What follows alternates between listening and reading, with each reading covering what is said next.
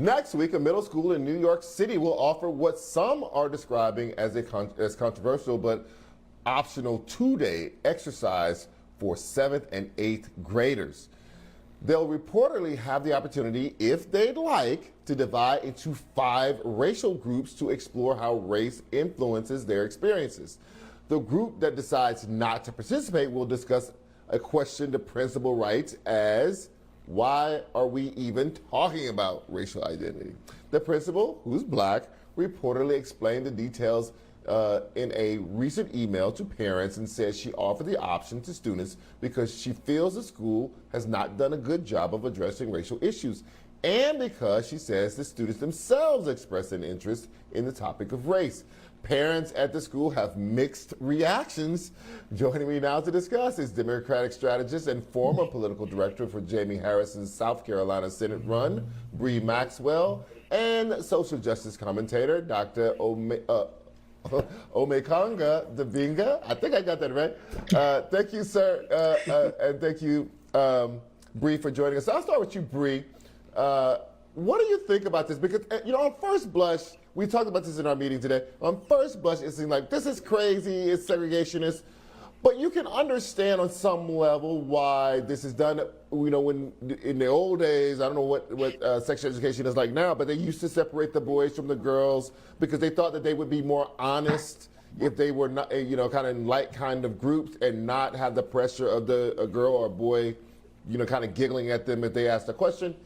Is that the same thing that's happening here?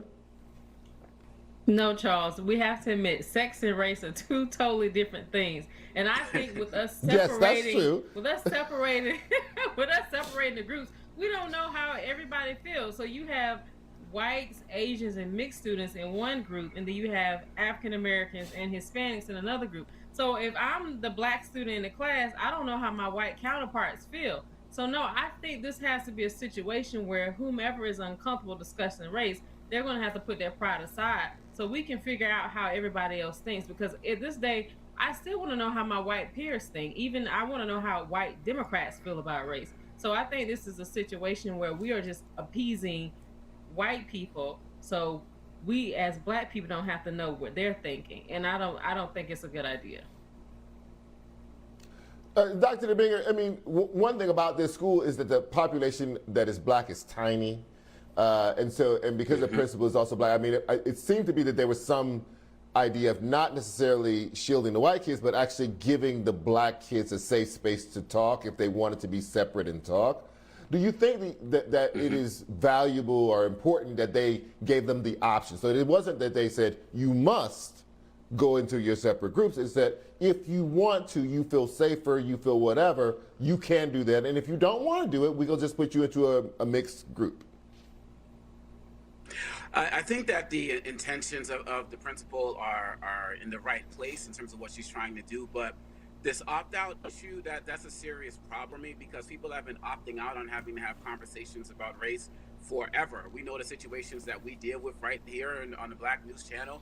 People can just choose to ignore if they want. And so I feel like this is also something that can be a cover to protect many of the white families who choose not to engage. I think two of the other problems is, number one, I went on their website, I don't see an actual definition of racism. So in these different conversations, if you haven't defined what racism is, one person is talking about individual racism, the other one's talking about systemic racism. No one's going to meet at the same point. And then lastly, even within our own communities, we have intra-racial issues. My parents are Congolese American. Charles, you're from the South.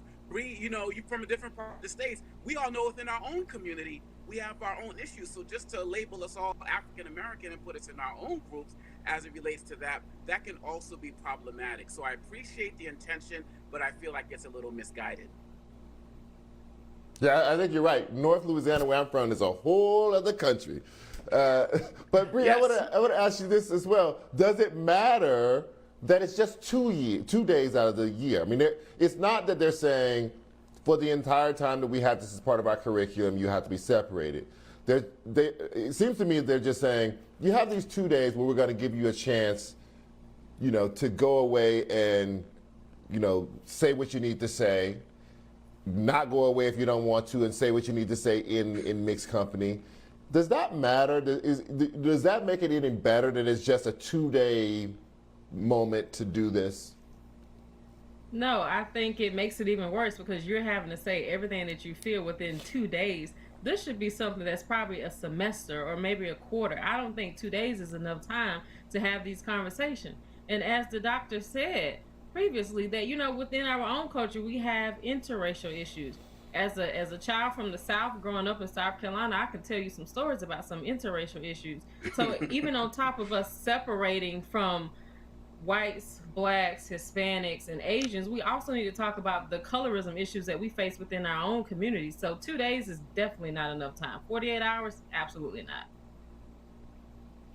Dr. Dibinga, the other part of this that's complicated is this is more of how the children would self-identify. But as we get into a more, 23andMe kind of a space, where people start to learn that even if I identify this way, I'm not all of anything. There's a little bit of something in all of us, apparently. That's what the 22andMe data keeps showing us. So does it become counterproductive to do it in this way, to have people self-identify by rigid standards and then say, go to your corner with your kind? Yeah, you're absolutely right. And when entity groups, when done right, can be very effective. But again, we're also dealing with middle school students who are dealing with their own issues relating to identity. But whether we're talking about corporate spaces I work in or schools or government groups, the idea is the same. When you sit here and say, you can go and self-identify and then go in these spaces, what do you do when you have somebody who might be mixed and then decides to go into the group with black students? Black students might be upset or goes to a group of Asian students, right?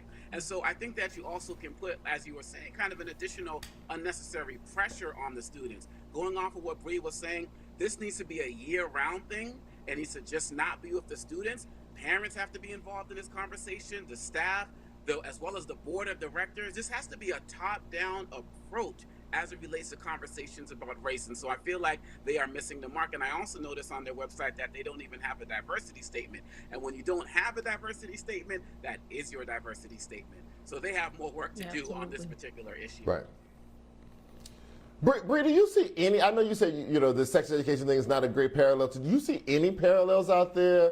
Boys and girls schools, LGBT people, sometimes having a separate space, people at colleges having their own, kind of black student union or whatever. I went to an HBCU. It was a separating experience, and I liked it, and it wasn't that we didn't have conversations about race. We had a lot of conversations about race and culture and whatever, and I did it separately from the whole, and I thought it was healthy for me to have that space to breathe and not be in the space with everybody else having to have that conversation. Do you see any parallel that you think is helpful as it relates to this?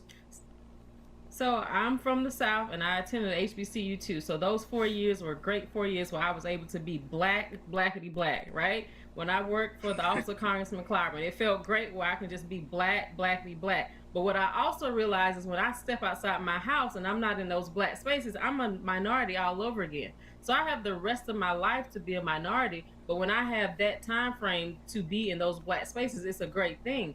But when we are having conversations about race, especially with middle school children, high school kids, or what have you, I think we need to be together because they have to really understand why some people do not want to have critical race theory in the school. They have to understand the formation of this country and why things are the way they are. According to 23andMe, I'm 3% Asian. So what if I decided to go into the group with the Asian kids, but here I am, clearly an African-American woman.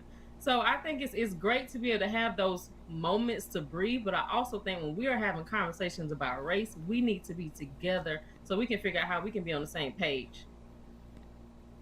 Mm-hmm. This is a fascinating story. I'm really interested to see how this works out for that school and those students, and hopefully we'll be able to get somebody on the school on after they do this. Bree Maxwell and Dr. Omékongo Dibinga. I think I got it nailed that time. You got to give me that. Thank you for joining me tonight. I really appreciate it. I appreciate your time.